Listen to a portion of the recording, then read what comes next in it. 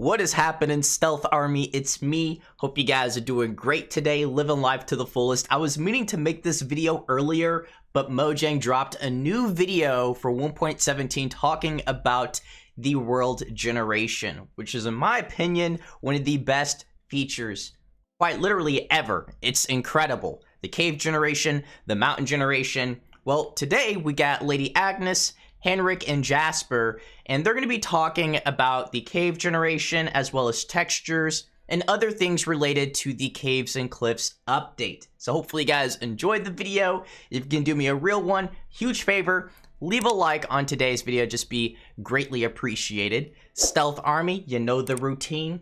Hashtag it down below for a heart by yours truly. Let's get it. Hello everyone, I hope you all are well. I'm Agnes, and today... Big congrats to Lady Agnes on her promotion to Game Director. Congrats, Lady Agnes. My colleagues Jasper and Henrik are going to talk about world generation in the Caves and Cliffs update. We're going to talk about the new caves, cave biomes, and mountains. I hope you all will enjoy it. When we make a new update like Caves and Cliffs, it's a long process. I would say we start about 1.5 years before the planned release, at least. And we start, of course, just defining a theme. But quite early, it's time to decide approximately which features we want in the update. So one thing... So she made an interesting point, and I think a lot of you guys already knew this, but they start planning these updates well before they even mention them. So I'm sure they planned the Caves and Cliffs update probably in the early stages of the 1.16 Nether update. So just to give you an idea of how soon they start preparing these updates and brainstorming, 1.5 years. I thought it used to be 3 years, quite honestly, but at least 1.5 years, which is crazy. We work with is, for example, player styles. Identified quite many player styles, actually. We also think it's important to find a balance between reward features and journey features. So journey features, they are features that improve the journey, maybe when you are looking for a reward. And it can, for example, be new biomes, like the Lush Caves and the Edition Caves. And reward features, they are more like actual rewards, the things you're searching for. It could, for example, be a new mob or a block that you can use for something cool. And we have learned that when an update have a really good balance between these two different kinds of features, that often is a fun update. And fun is, I mean, that's the ultimate goal. It should be fun and lots of player delight. Hello. I'm glad Lady Agnes talked about that because it makes me remember how I felt about 1.11, the exploration update. I'm not sure how many of you guys were playing Minecraft back then. It was like, I don't know, 5 or 6 years ago. But the exploration update had everything that I wanted in an update. It had the Woodland Mansion, which I know it didn't really age too well. It looks a little outdated right now, but back then it had everything I wanted. It had new enemies, it had new loot, you know, an incentive to explore a new territory, a new area, a new structure. It was a big adventure, a very risky and dangerous one, but it was so much fun, and I'm glad to see that that's their main focus, at least in this update. Hopefully, you know, they continue with that direction. We really wanted the mountains to feel like more spectacular, more dramatic, like add more contrast to the Minecraft world. We wanted the mountains to look a bit more like real-world mountains, of course in a Minecrafty way, but still really feel like epic. They nailed it. Like, I'm still in awe with how majestic these mountains look now. Looks straight out of Skyrim. Like, this is Elder Scrolls type of mountains that we have in Minecraft. It's not a mod. This is actually happening. This is actually coming to vanilla Minecraft, which is still mind-boggling. They did such an amazing job with the mountain generation. Let me know down below in the comment section your favorite one, mountains or caves.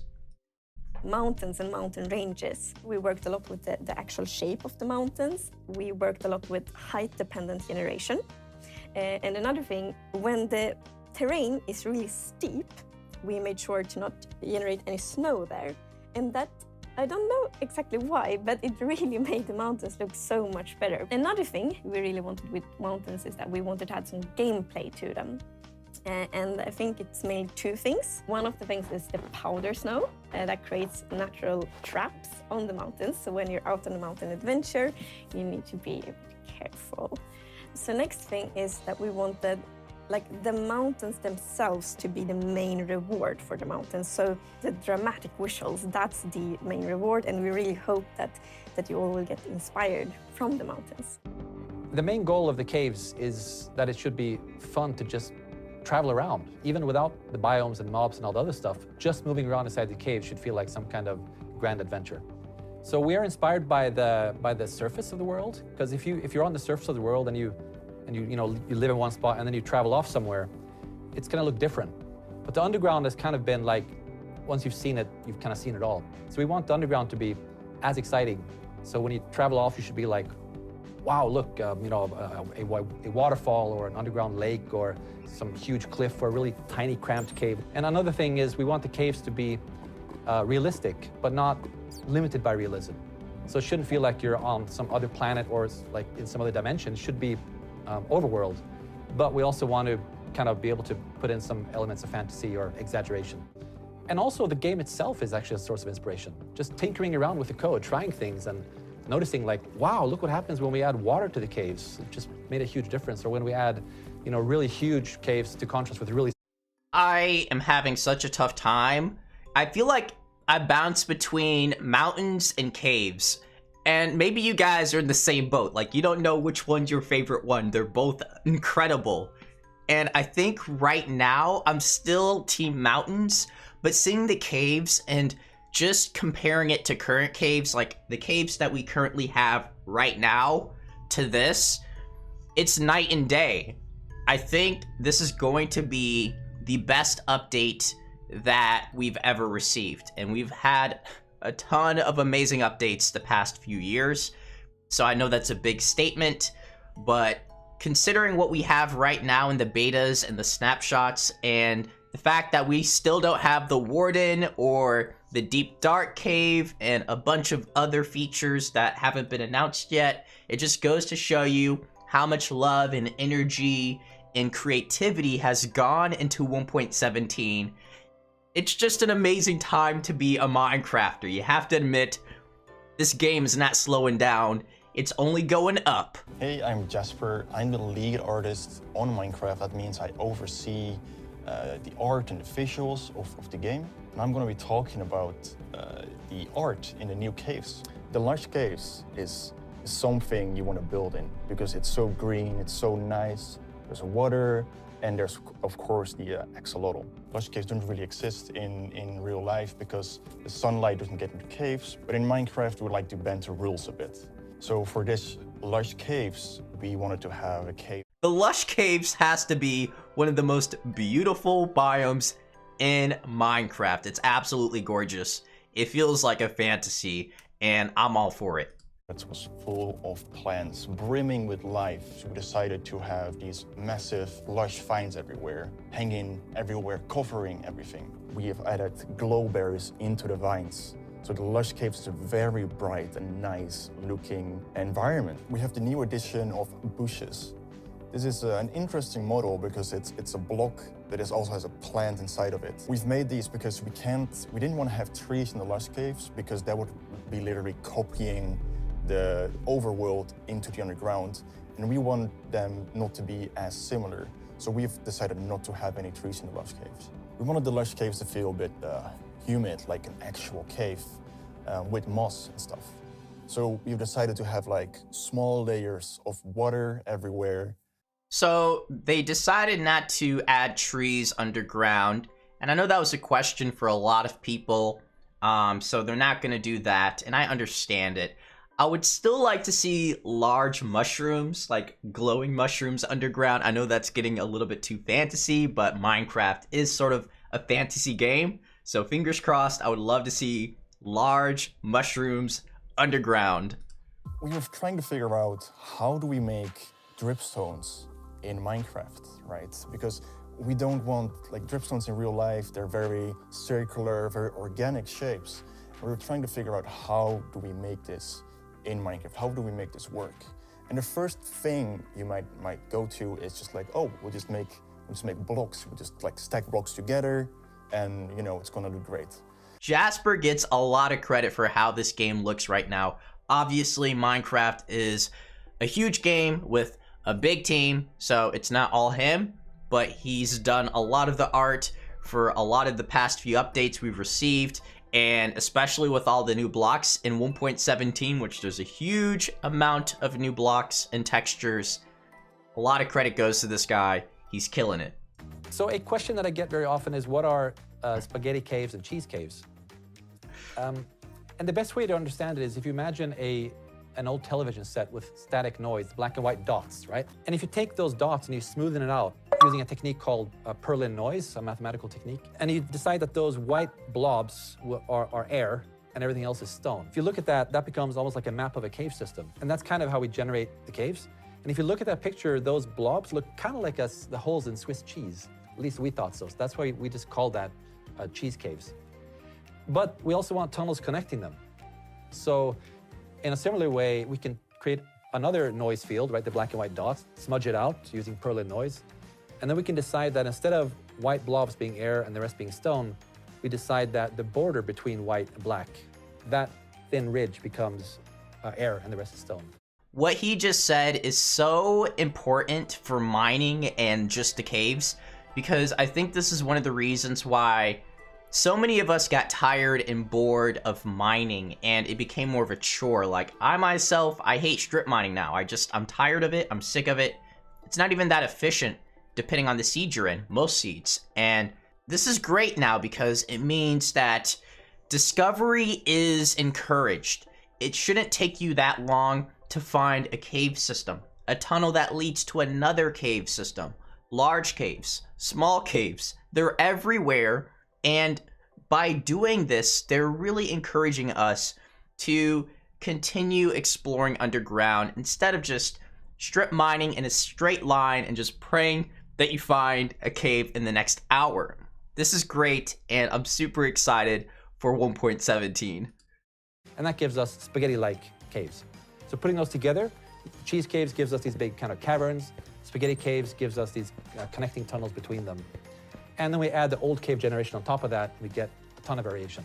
I'm actually very excited about is the new really big ore veins that we are going to add. They're gonna be really rare, but when you find one, that's quite an exciting moment. When I play Minecraft, I really like to tell stories. And to me, it's something very inspiring with finding something that's quite unique in the world. And so for me, like, my imagination starts to spin and goes like, so the person that's found this ore vein maybe now wants to build a castle, or maybe like build a full mining village around it. And what are the stories about everyone that live in this mining village that was built thanks to the ore vein? And I think that's exciting. Oh, it's so contagious, man. Their excitement and enthusiasm is so contagious. Like, you can just see how passionate and how happy they are talking about this game that they love. As a result, like, we love it even more. It's like, it's so cool that we're actually getting this. And it started such a long time ago, and to see it actually just sort of mold and shape into this beautiful update is like an early Christmas present. So I hope you guys are equally excited and thankful to Mojang and the devs for creating this masterpiece.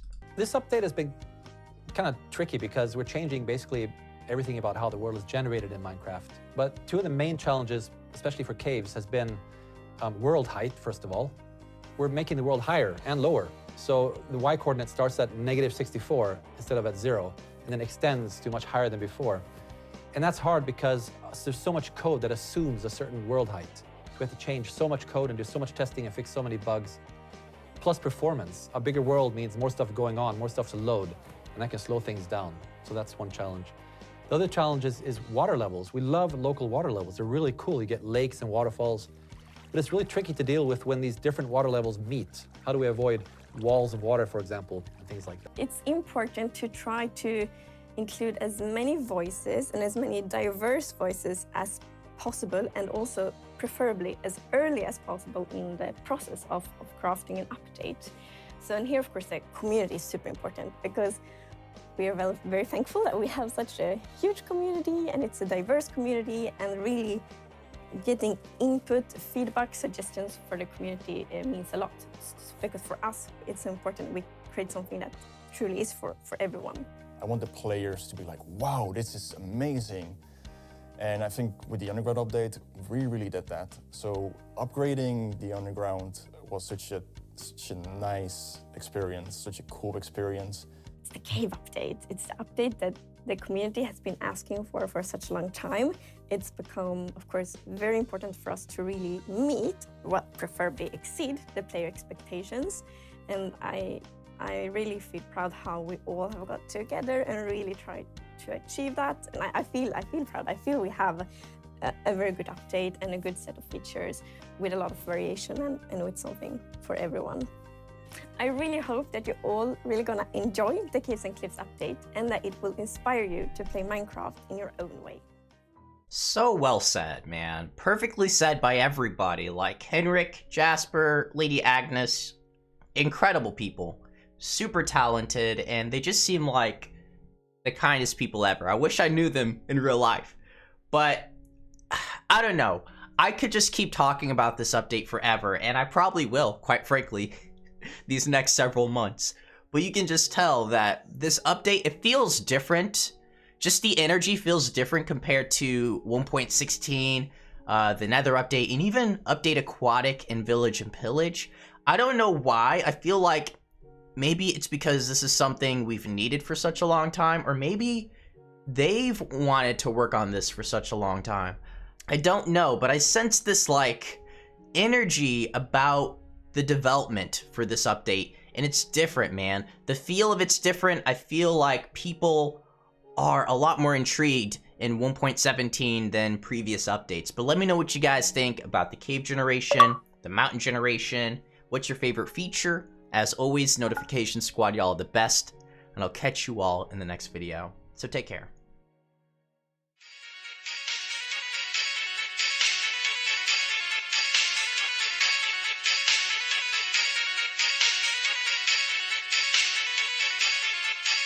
Ha ha ha.